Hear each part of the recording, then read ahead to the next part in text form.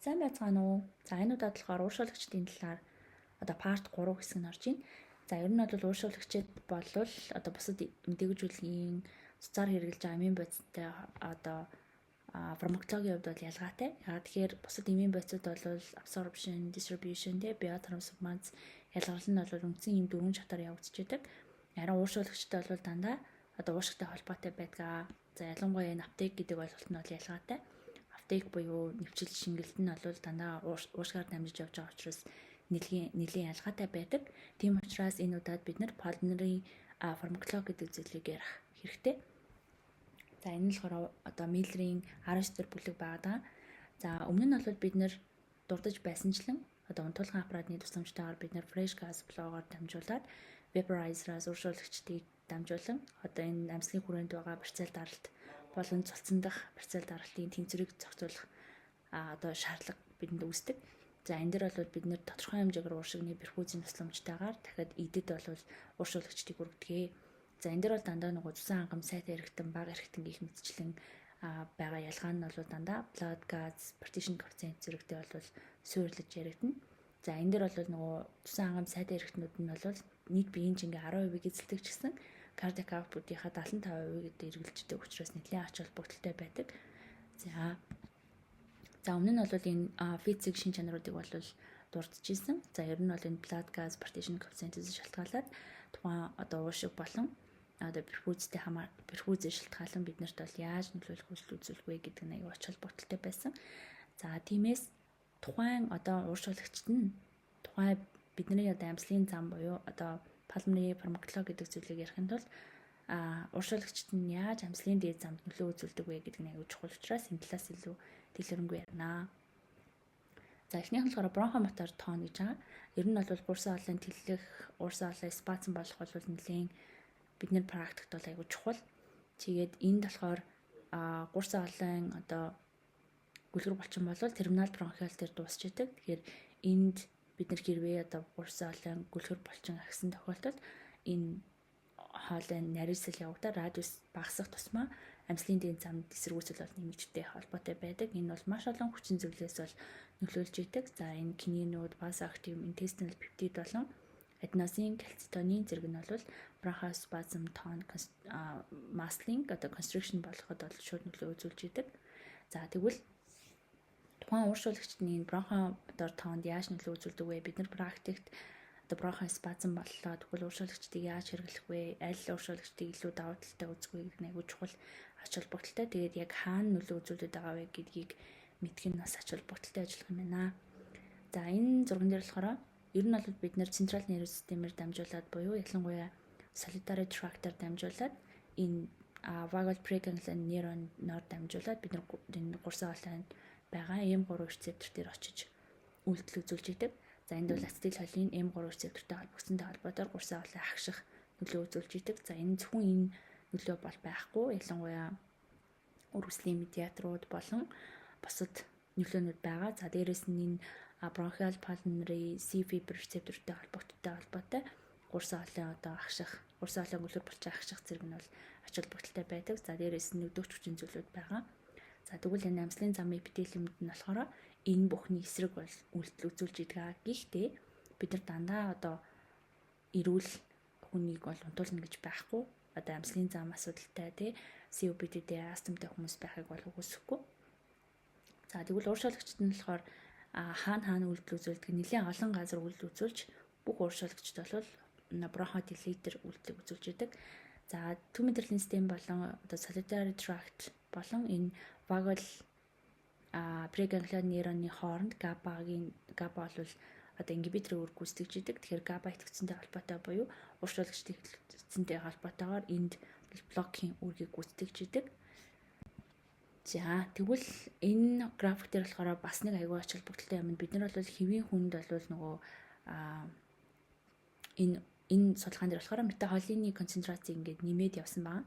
Тэгээд 1 секундэд хүчлэн гарах хүчийг нь тооцоод явхад хэвийн хүнээс илүүтэйгээр энэ хүнд болон хөнгөн одоо астмтай хүмүүс болохоор ялангуяа одоо амьсгалын замын хүнд хэлбэрийн астмтай хүмүүс болохоор гадны строк хүчин зүйлийн нөлөө болол ердийн хүнстэй харьцуулахад илүү одоо мэдрэг тэгээ дээрэс нь илүү хүчтэй байдгийг бол харуулж байгаа. Тэгэхээр ер нь бол олон хүчин зүйл нөлөөлж болно. Тэгээ дээрэс нь ямар уршуулагч хэрэглэх нь ач холбогдолтой байх боломжтой байна гэдэг зүйлийг эндээс харж болж байгаа.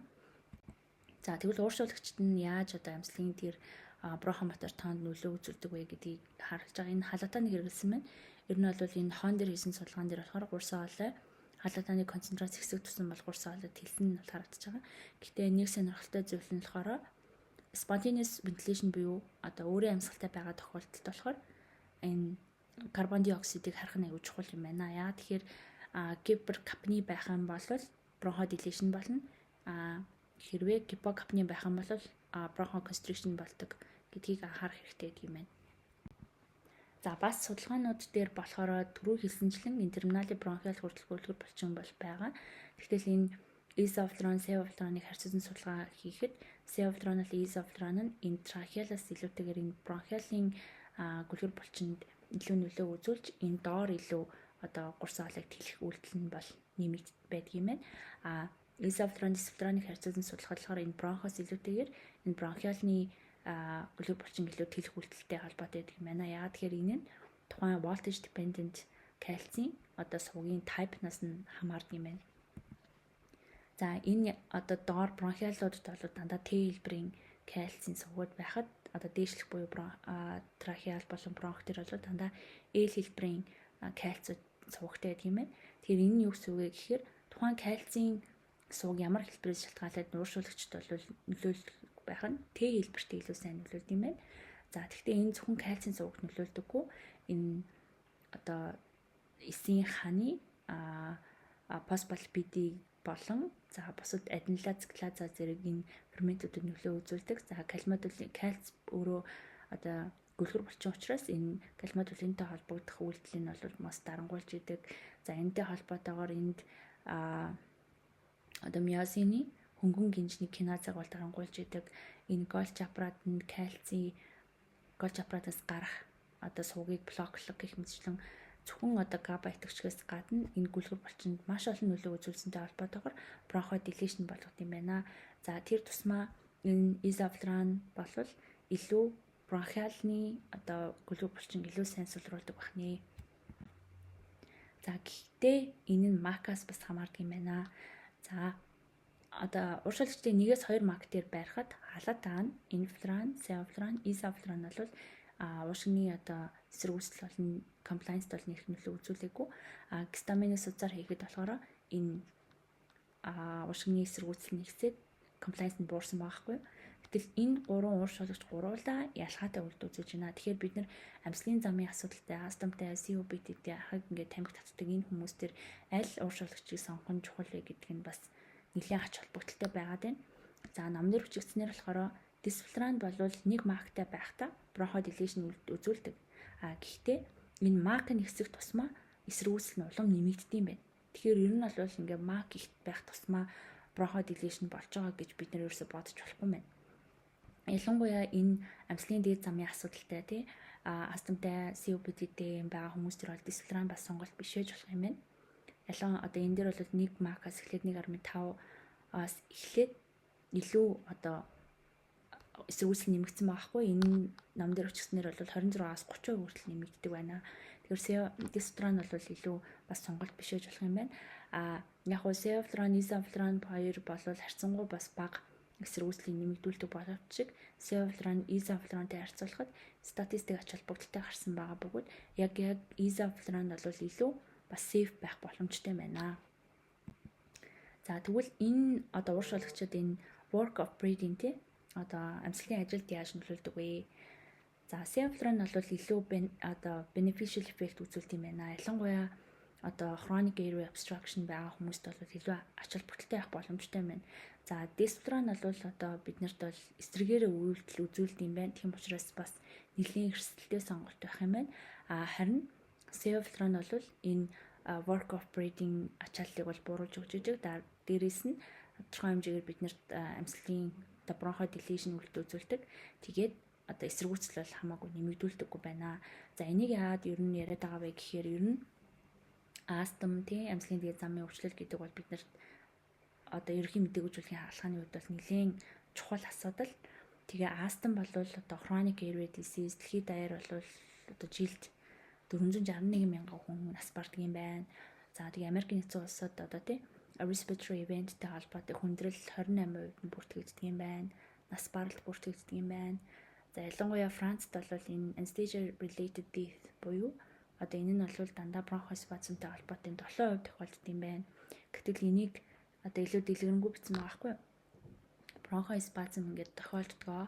Гэтэ тэрний одоо 50-аас 60% нь л одоо астмтай байсан, COPD-тэй байсан, тий архаг тамхитай байсан гэдэг анамнезтэй байсан. Тэгэхээр ер нь бол 40-50% нь огт мэдэгдэхгүй байжгаад мэдээгүүлэхдээ одоо ороод илүү бронхоспазм болоод нас баралт нь илүү байх боломжтой байдаг бахнэ. Тэгэхээр бид нар ямар ууршуулагчийг авч үзэх вэ гэдэгт энэ номыг ингээд уншсны үр дүнд болохоор sevoflurane илүү одоо safe байх боломжтой байна. Мак их байх тусмаа биднэрт ашигтай биш юм байна. Ер нь бол тухайн хүний макийг бид нар нэгээс илүү хэтрүүлээд бас хэрэггүй юм байна.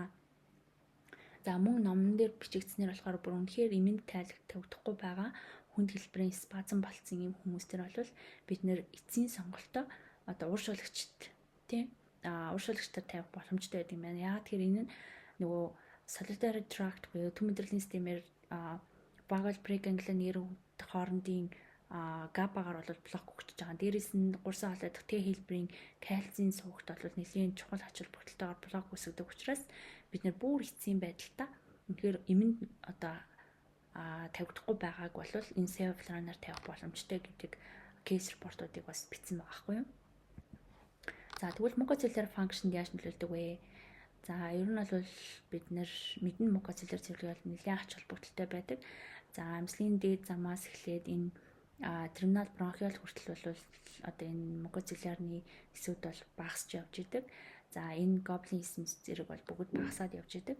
За энэ дээр бас хэд хэдэн чухал зүйл өгсөн байхгүй. Бид нэр ер нь тухайн хүний температурыг одоо цогцтой түвшинд хадгалах нь айгүй чухал.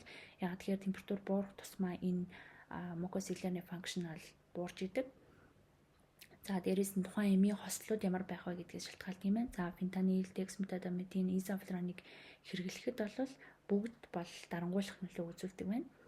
Харин fentanyl-ыг бол дангаар нь хэрэглэсэн тохиолдолд бол энэ силиагийг бол стимулятор эффект үзүүлж идэг.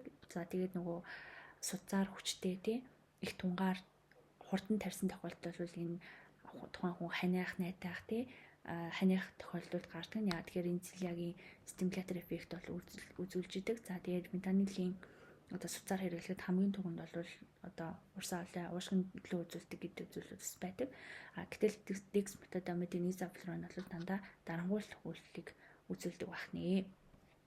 За тэгвэл мэдээгүүлжүүлэхийн эмийн бодис mucociliary function яаж нөлөөлдөг вэ гэхээр бас л одоо бүгд бол энэ үйл ажиллагааг дарангуйлдаг. Гэхдээ бусад одоо халатаанд болон isoflurane-тэй харьцуулахад sevoflurane илүү бага нөлөө үзүүлдэг бахнэ гэдэг зүйлүүд байна.